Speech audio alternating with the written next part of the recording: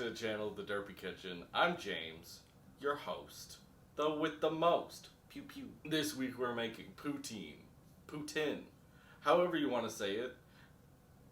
It's Canadian, it's delicious, there's so much gravy and cheese. I love it. It's everything you need in a dish.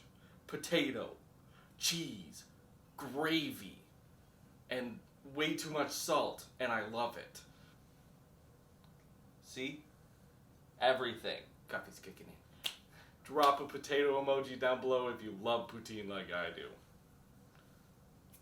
Don't forget to like the video, share the video, and subscribe to the channel. We have fun. It's a good time. Come along. It's a simple video, but it doesn't mean it's any less derpy. Let's get into it. After scrubbing your taters, cut those spuds into the best form of potatoes, in my humble opinion. Cut them into planks and then slice them into little guys I like to call fries. They should be about 1/2 inch to 3/4 inch because you want them to be a good size. You don't want shoestring fries here. Absolute garbo. While you're cutting all your potatoes, I'm using big ones. Have a bowl with water so the potatoes don't brown because I use russets. They brown from the air because of the amount of starch in them, which also is why russets are the best for fries, because the more starch, the better. While you're cutting your fries, you have to have a pot of neutral vegetable oil warming up to 325 for the first cook. When you're ready to start your deep frying process, drain the fries and pat them dry because water and oil do not mix. Pro tip.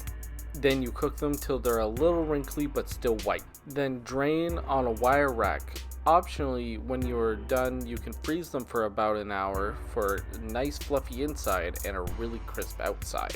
You don't have to do that, but it does bring it up to the next level.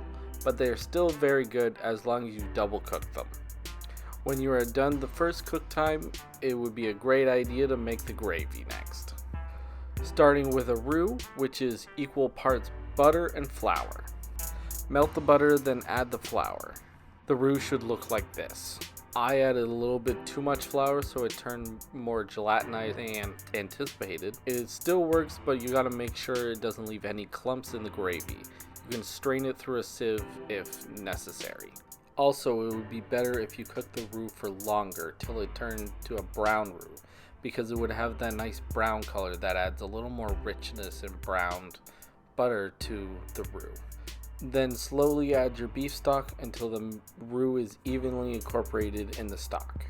Once homogeneous, add the rest of your stock, making sure to season the gravy with salt and pepper to taste. To check desired thickness that you need, dip the back of a spoon in the gravy and then drag your finger across. It can be hot, so careful. If it leaves a streak where your finger is, that means it's nice and thick.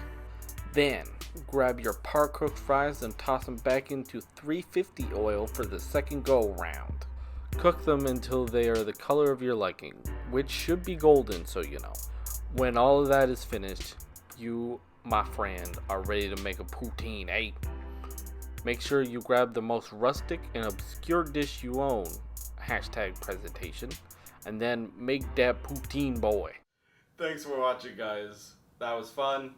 It's easy. I love making poutine because it's just delicious. Yum, yum, yum, yum, yum, yum, yum. Like I said, it was simple, and it's okay to make mistakes like I did. It's all about the process. And don't forget, little mistakes don't really matter in the overall if you learn from them. Like, I added a little bit too much flour to my roux, and I didn't darken it as much as I wanted. But it still tasted delicious. It's just simple cooking. I'm not a 5-star restaurant over here. I'm just in my kitchen making good food. I'm starting the journey just like you guys, learning and vibing and having a good time. Woo! Don't forget to like, share, and subscribe. I'm on social medias, Facebook, Instagram. They're in the description down below. Why don't you check them out? And if you haven't already. And if you have, keep checking them out. See you guys next week.